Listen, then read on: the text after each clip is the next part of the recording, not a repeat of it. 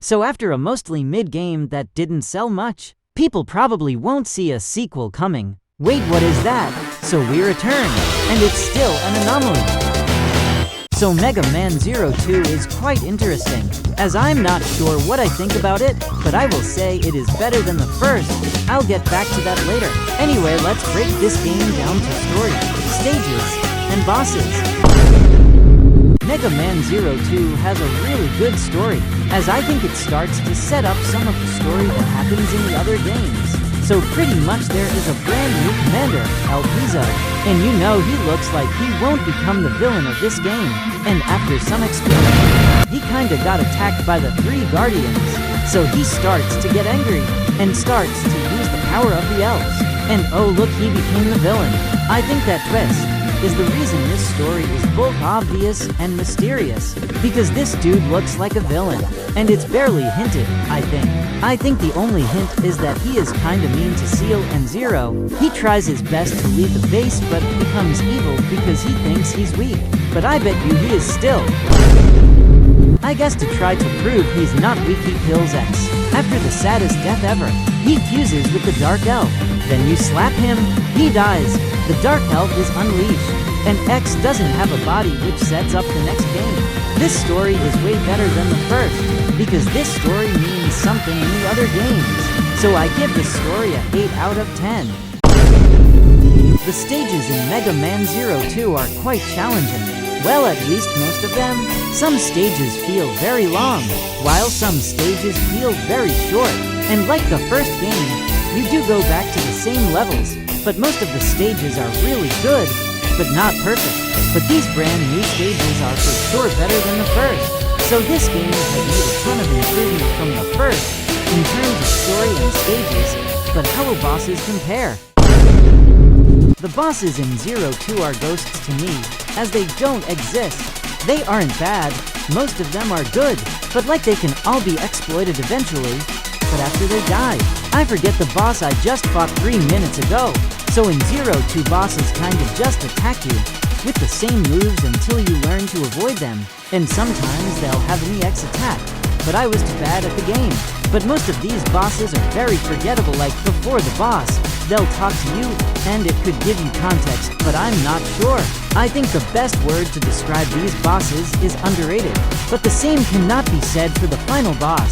So after X dies, it becomes a one-on-one grudge match, and this boss won't stop until you die. I'm going to let this boss battle play out.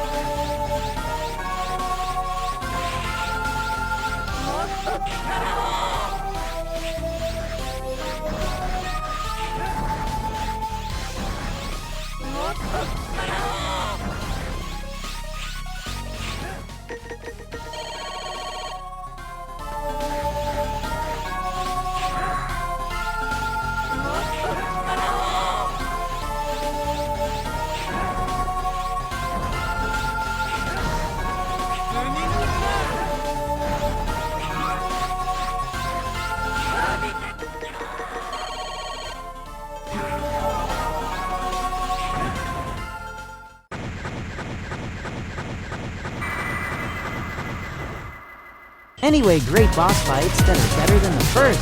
Time for my final thoughts.